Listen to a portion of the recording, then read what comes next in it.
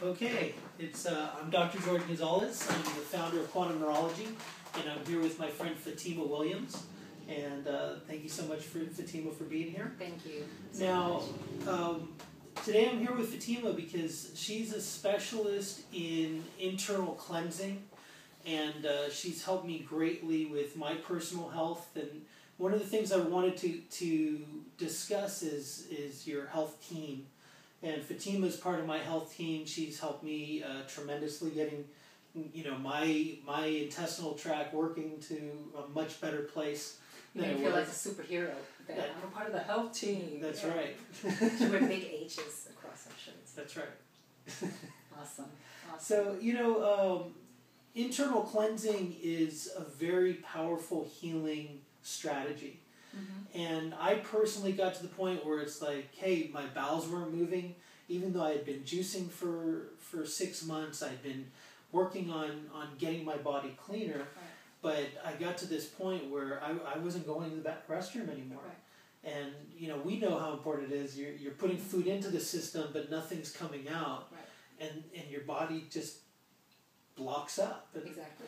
So, why don't you tell us, would you mind sharing a little bit about yourself and telling us why people need internal cleansing? Absolutely. And I can also expand on why it is that you were doing the juicing, but nothing was happening. Right. I see that all the time in my practice, all the time. My story goes back to, first of all, I'm super passionate about poop.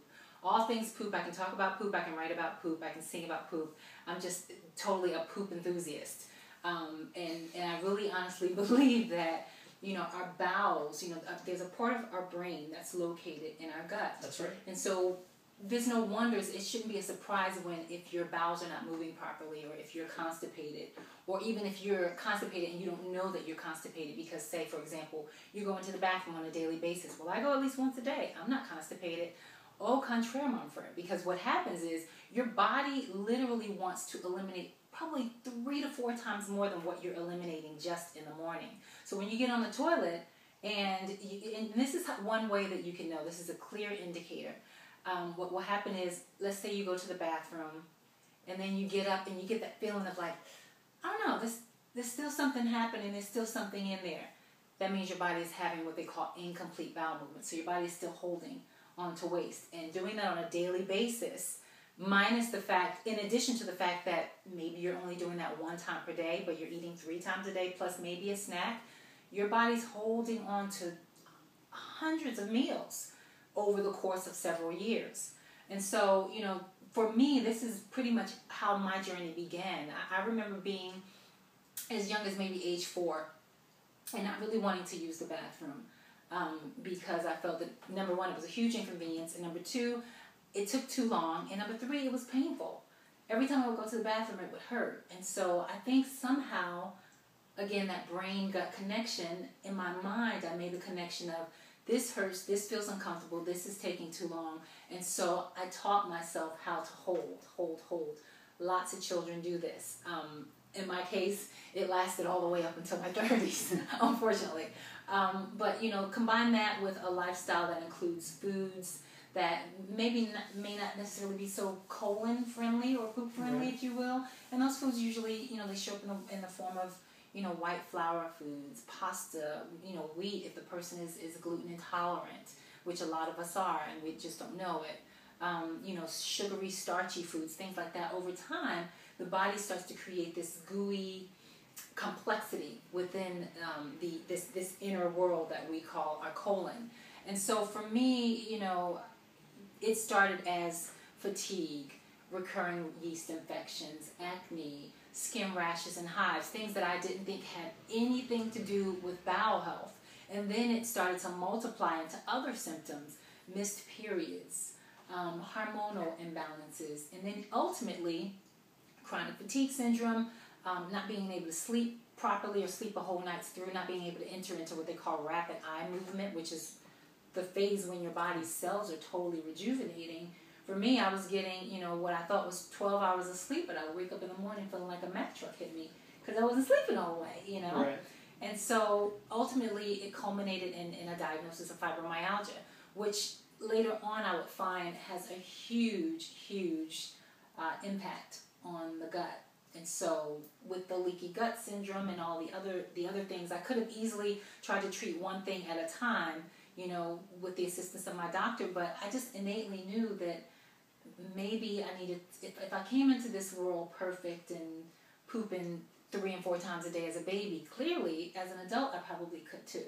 And so that began my journey. That began my journey with cleansing and bowel health and juicing and cellular rejuvenation, right. Which, you know, as a result of the internal water cleansing, or the colon lavage as they call it, it's a non-medical process that really is an ancient art that dates back 5,000 years to ancient right. Egypt. I mean, the ancient Egyptians were, you know, taking off logs and hollowing them out and filling it with water and taking, you know, and giving themselves water cleansing.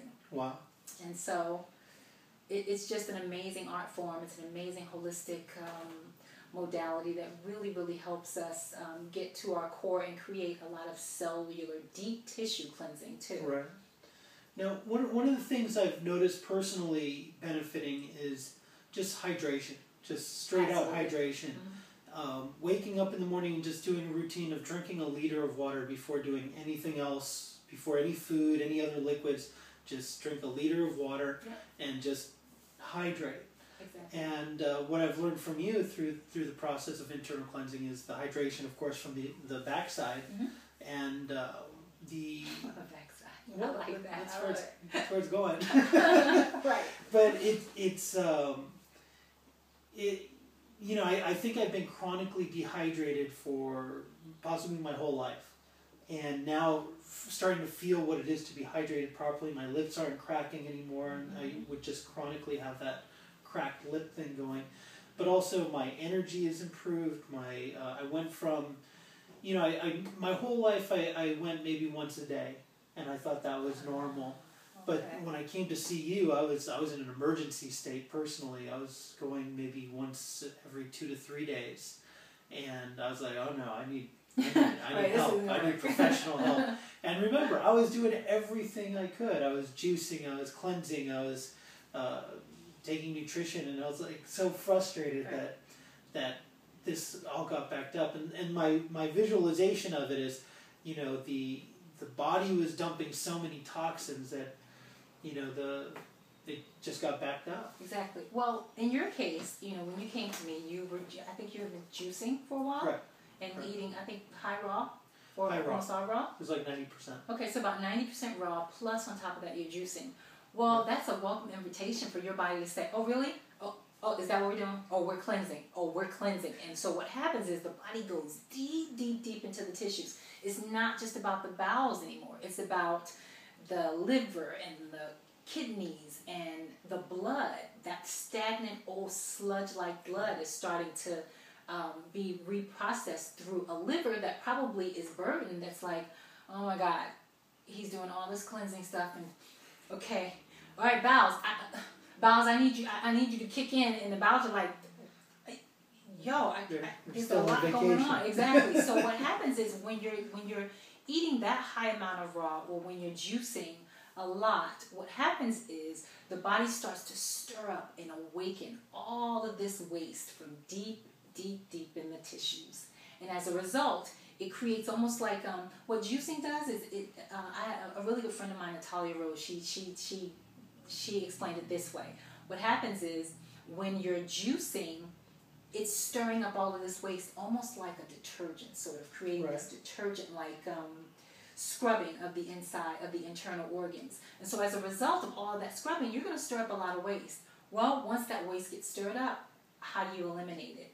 Right. Normally, typically, it would be through the bowels, through urination, frequent urination, through the skin, which is the largest organ of elimination. However, if you have a bowel that started somewhat stagnant to begin with, this guy needs a little bit of help. He needs a little bit of assistance. And so the water therapy gets in there, and it actually does what the rinse cycle does. Mm-hmm. All of the waste that's been stirred up as a result of you washing back and forth, now it can get in there and it can actually rinse. And so typically speaking, I know for me, my great-grandmother, she used to wash clothes by hand. Right. And she would rinse it one time, and then she'd get in there and she'd rinse it again. And so that's what we're doing. There's a whole hydration and a bathing of that waste with warm water that actually loosens up all of that waste matter and allows it to naturally leave the body. Right. Now, in terms of how internal cleansing is performed, there's different strategies. There's the gravity versus the pressure. Could you talk about that? Because I don't think people are familiar with those things. Absolutely. Oftentimes people, they think that there's only one way in which this water cleansing takes place. So there is the medical colon hydrotherapy form, and then there is the wood gravity method, which is a non-medical way of creating what we call colon lavage or colon bath. Lavage is a word that means bath. Can't remember what language that's in. I think it's French. I took 3 years of French in high school. I should know that, but I don't remember right now at the moment. But basically, you're giving yourself an internal bath, and so there's different modalities. There's open systems and there are closed systems. There are gravity systems and there are pressurized systems. There are closed gravity systems, such as the wood hygiene system, and then there are closed pressurized systems, such as some of the machines that you see in offices that use the term colon hydrotherapy. Right. I don't use the term colon hydrotherapy because that's not what I do. I do colon hygiene, high enemas, which in the end, the result is still the same. Actually, probably more effective. I'm a little bit biased, but it's a lot different in that we're not doing it doesn't require any type of medical. Right. And I mean, and actually, it's something that you could do from home. You could build out a system yourself from home and do it from home safely. But there's like I said, the closed open system. I'm sorry, the closed gravity system, and then the closed pressurized system. And then there's also an open system gravity, which is basically an open basin that the person lies on a table that I like to call it a toilet table, sort of. The Kalima board? Yeah, like a Kalima board, or the Libby, or the Angel of Water, or the colons. There are lots of different types out there. They all work the same way. But basically, you're lying on a table that has an opening in it. Right. Hence, the open system. So what determines something is open or closed is how the waste leaves the body. Does it leave through an open basin, or does it leave through a closed tubing, such as the work that we do together? It leaves through a closed tubing. And also in the other areas of offices where they call themselves colon hydrotherapy, it leaves also through a closed system as well. So I didn't understand that distinction. The iridology doctor, Dr. Bernard Jensen, writes about the open systems and using Kalima boards and unlocking the digestive tract. Now, before we get into that kind of stuff, people could do internal cleansing at home with the home enema system. Exactly. Now, could you talk about what's the difference? Because I was doing home enema cleansing, but I wasn't getting what I needed. So could you explain, as beneficial as that is, and I wouldn't discount that, but it's not the same as coming in and getting professional help. So so a colon, an enema, basically. I have a little booklet.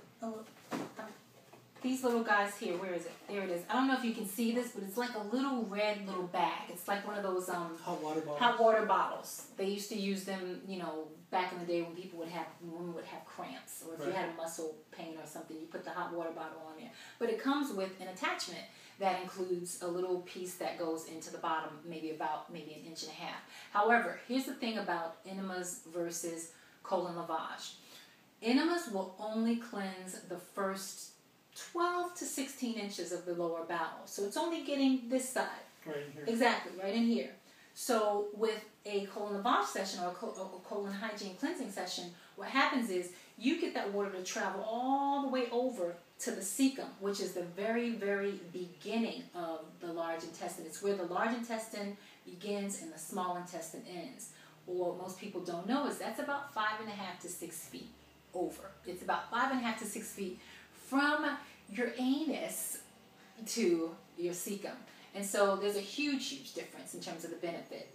However, if a person does not have the ability to get someplace where they can do a gravity-centered colonic, then I would say probably do an enema. Okay. And actually, I regress. It's not a colonic. It's colon lavage. We got to be careful about using that word because that's not I completely understand.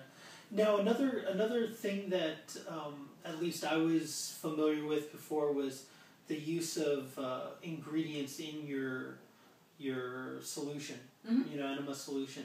And I've seen good and bad with that. I've seen people that use hydrogen peroxide, for example, and damage themselves. I've seen people use the wrong amounts of fluids, that cause problems. And then I've seen people, do something, very common to see people do coffee enemas and wheatgrass or probiotics, all these different things. Could you talk about that and make sure people are at least being safe, with that concept? Okay, so here's the thing. As far as adding things to the water, I don't add anything to the water. Right. It's purely just water that's been filtered 5 times over, plus a UV ray light to basically kill off any extra bacteria. I would encourage people to really, really do a lot of research if you decide that you want to do additions to your enema or to your colon hygiene session.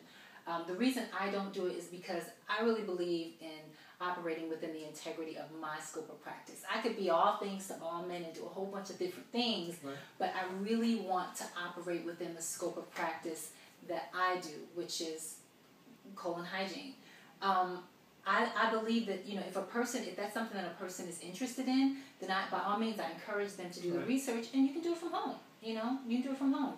I do know that, like you said, Bernard Jensen, as well as, oh goodness, I can't think of the name right now, the Gerson therapies. They use coffee. Optimum Health Institute in San Diego and a lot of the other health and rejuvenation centers, they will use coffee. Or some places will use dandelion root, which helps to stimulate liver function as well. Or wheatgrass retention enemas. A wheatgrass retention enema, totally easy. You can do that at home yourself. I don't do it simply because you want to be careful about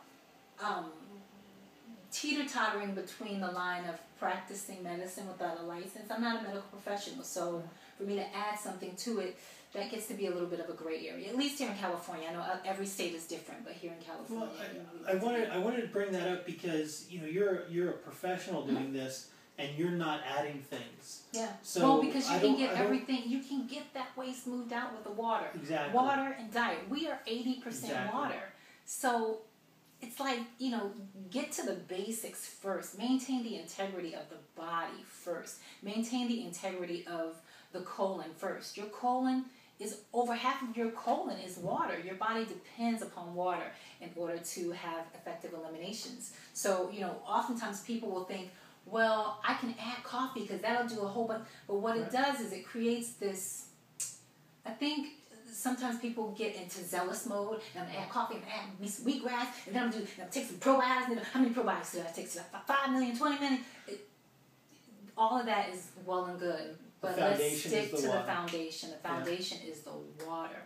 Without water, we do not exist. Our body is over 70 to 80% water. And without water, you could live a couple of days without food. But without water, it might be a real rough ride, Well, I wanted people to understand that as a professional, you're not reaching for those extra things to put in the solution, and you're getting wonderful results.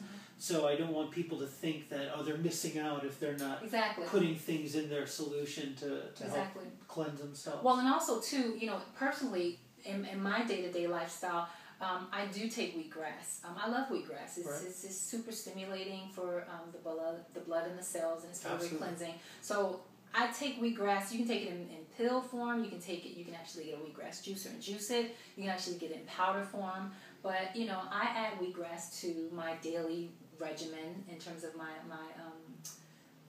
lifestyle. In addition, also too, I also take a probiotic on a daily basis, and most of my clients have found that taking probiotics on a daily basis, anywhere from 50 billion and above.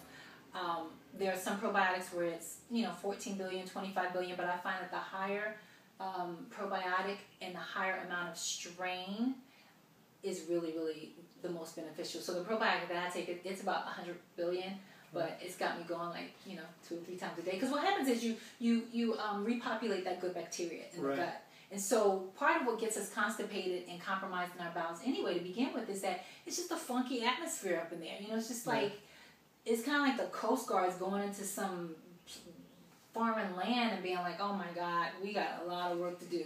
And so it gets in there and it starts stirring up all of this stuff and getting all of that funky bacteria to leave the body and repopulating the gut with good bacteria or good microorganisms to create healthy microflora in the body. Excellent. Now, we've talked, and again, we could probably do completely Which separate also helps sessions immunity, by the way. A lot of people don't realize it helps immunity. Absolutely. So those with challenged immune systems, look at your gut. Absolutely. Just a little bit of background information on your digestive tract. Your digestive tract is actually outside of your body. It's if you take a donut as an example, it's a big stretch for people when they first hear that. Yeah. If you take a donut, you'll notice there's a hole in the donut, and that hole is not inside of the dough of the donut. And the same with our body. We have a tube from the hole of our mouth down the hole of our bottom, and that tube is not inside of the physicalness of our body.